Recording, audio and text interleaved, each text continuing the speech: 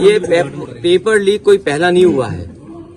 इस सरकार में कोई भी परीक्षा होगी बिना पेपर लीक के परीक्षा पूरी नहीं हुई है।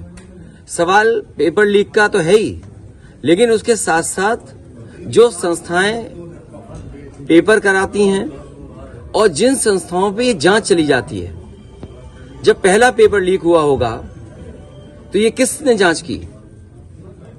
ये क्या वजह है सरकार पेपर लीक होने के बाद एक ही संस्था के पास ये जांच के लिए भेज देती है? सर, प्रधानमंत्री और जिस तरह से खबरें आ रही हैं कि आंसू गैस और उससे पहले किसानों को रोकने के लिए, आंदोलन को खत्म करने के लिए कीलों से लेकर के न जाने क्या क्या दीवारें तक खड़ी की गई और प्रशासन के माध्यम से जो सरकार कर सकती थी वो सरकार कर रही है। दिल्ली की सरकार जानबूझ करके किसानों की आवाज दबाना चाहती है। ये वही सरकार के लोग हैं जिन्होंने किसान को कहा कि उनकी आय दोगुनी हो जाएगी, फसल की कीमत मिलेगी, एमएसपी लागू करेंगे। कुछ वर्षों पहले हमने और आपने देखा किसान आकर के धरने पे बैठ गए। 800 से ज्यादा किसानों की आत्महत्या हुई या हत्या हो गई, जान चली गई, लेकिन उसके बावजूद भी सरकार किसानों को एमएसपी देने के लिए तैयार नहीं है।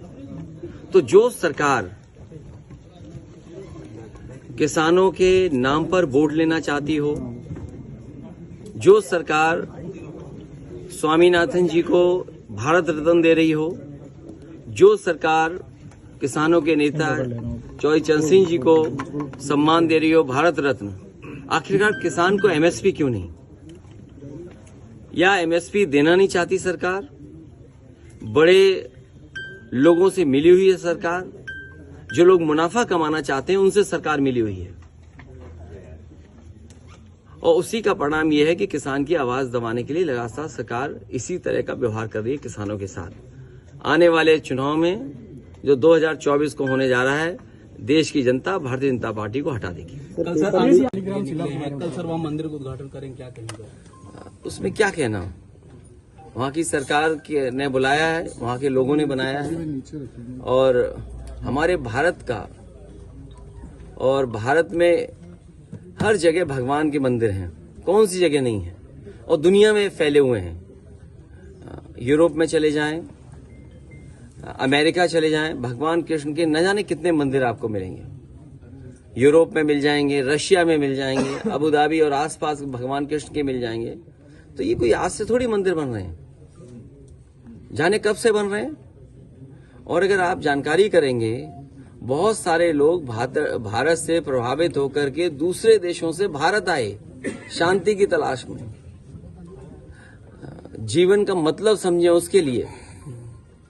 बीटल्स के बारे में सुना होगा, जिस समय वो पीक पे थे अपने, उस समय भारत में ही आए और कई आश्रम में रहे और भगवान कृष्ण के शरण में भी रह गए।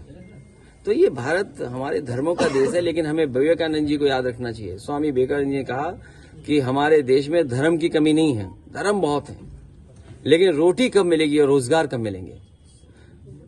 धर्म का स्थान अपना है, अलग है, लेकिन सरकार की जिम्मेदारी है लोगों को न्याय दें, सामाजिक न्याय मिले, रोटी मिले, रोजगार मिले और किसानों का हक और सम्मान बचा रहे।